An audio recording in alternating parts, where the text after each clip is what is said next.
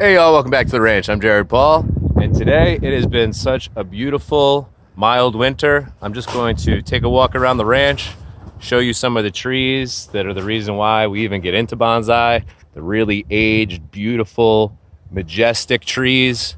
I'm so lucky to have a ton on this current property.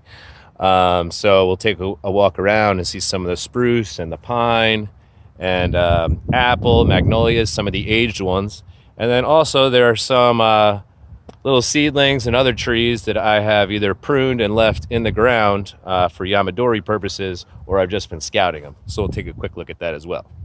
So I did some work on the dog fence today because Bruce Lee has been doing the Houdini thing and getting out.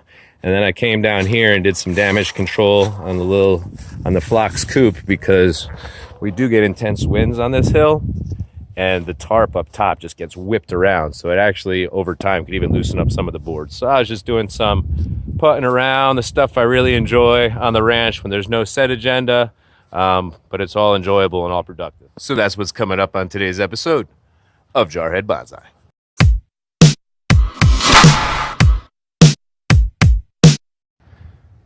All right, so we're gonna get in here underneath this huge Norwegian spruce.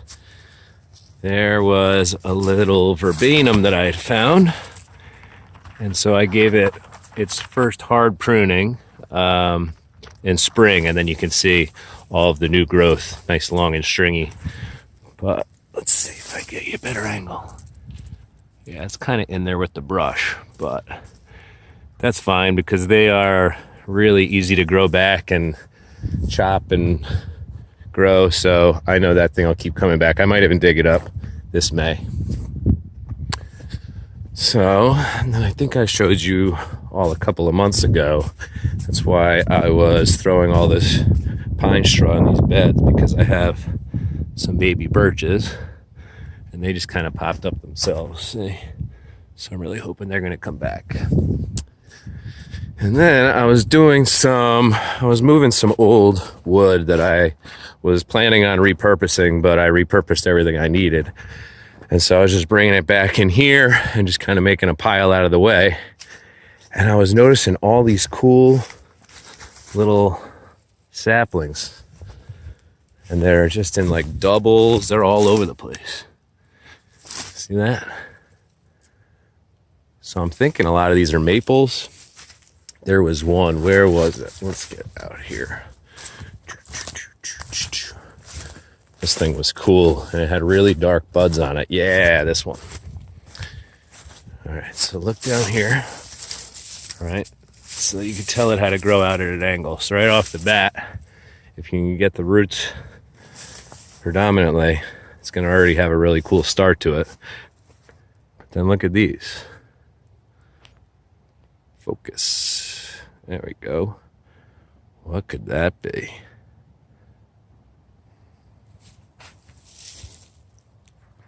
It's reddish brown.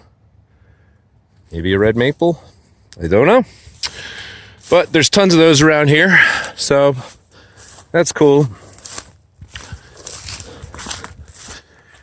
All right, let's get out here so you could see this ring. The property's actually ringed in by huge evergreens. So there's some spruce, some white pines mixed in. I mean, look at these white pine trunks. As you see, they start branching pretty early. And then they go up and up and up. Waiting to scan up and see a bobcat ready to jump on me. I have lots of bobcats around here. Right.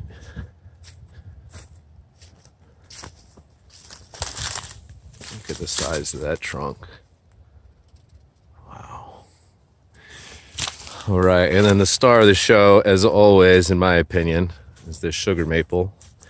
And I have thousands and thousands of the seeds that I gathered, and I have winterizing, cold stratifying right now, that I'm going to grow in a little raised tree bed. But that thing, I mean, I have so many little baby seedlings that it's easy to forget, you know, why you started doing bonsai in the first place. Now, don't get me wrong, I love my little baby trees and I love developing them from a seed. Totally cool, and I am more than willing to be patient, but wow, look at the canopy. Look at all the branching.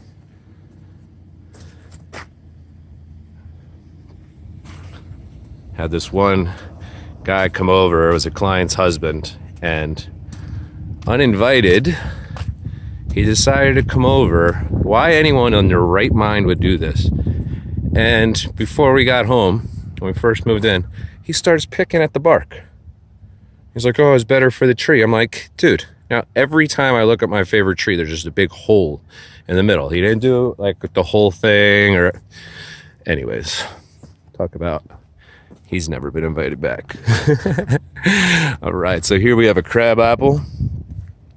And that's probably 7-8 feet taller than it should be. But it's grown for its canopy and not for its apples. So when you're growing apples for picking and eating, you want to keep it around what you can reach up to. So maybe 8 feet at the top. Here's another maple, not as impressive, but still pretty cool. One of its larger branches just kind of fell off last year.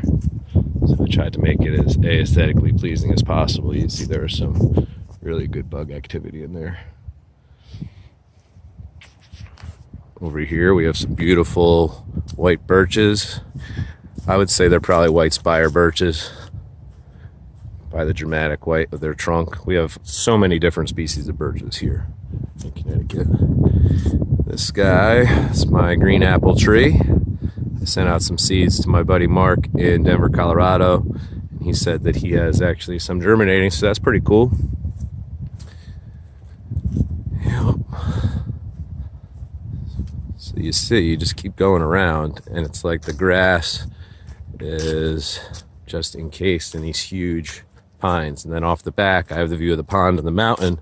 So really, there aren't that many direct views to me, which I like. I really appreciate my privacy. In fact, I love the range so much, I rarely leave. Maybe a haircut every 3 weeks. I know, it's crazy. Look at this guy.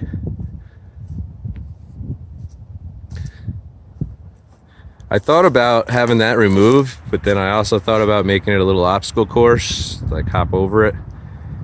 But in the end, it just looks really cool. And I love all of these trees.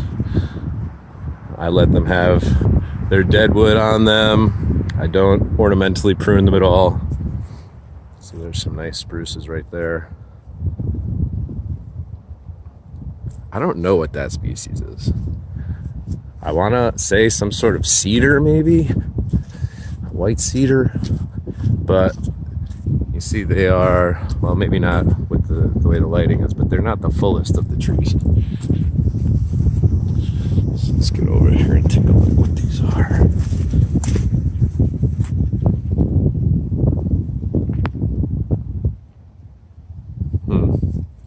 What do we think, people?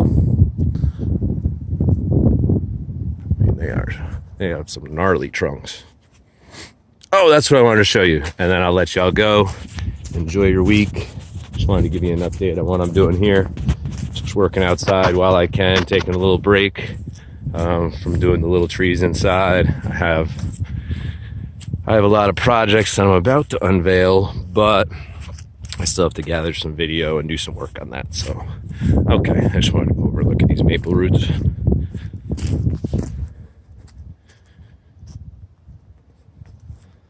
They are all over each other.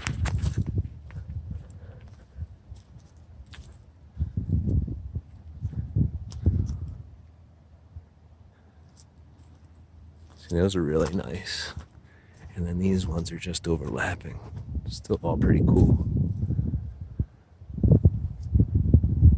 Yeah, Eversource's big boom truck has taken out a couple of branches, so the canopy is slightly uneven, but I think it adds to the character. All right, y'all. So that's going to do it for Jarhead Bonsai today at the ranch. I hope you enjoyed yourself. Check back for more soon. Take care.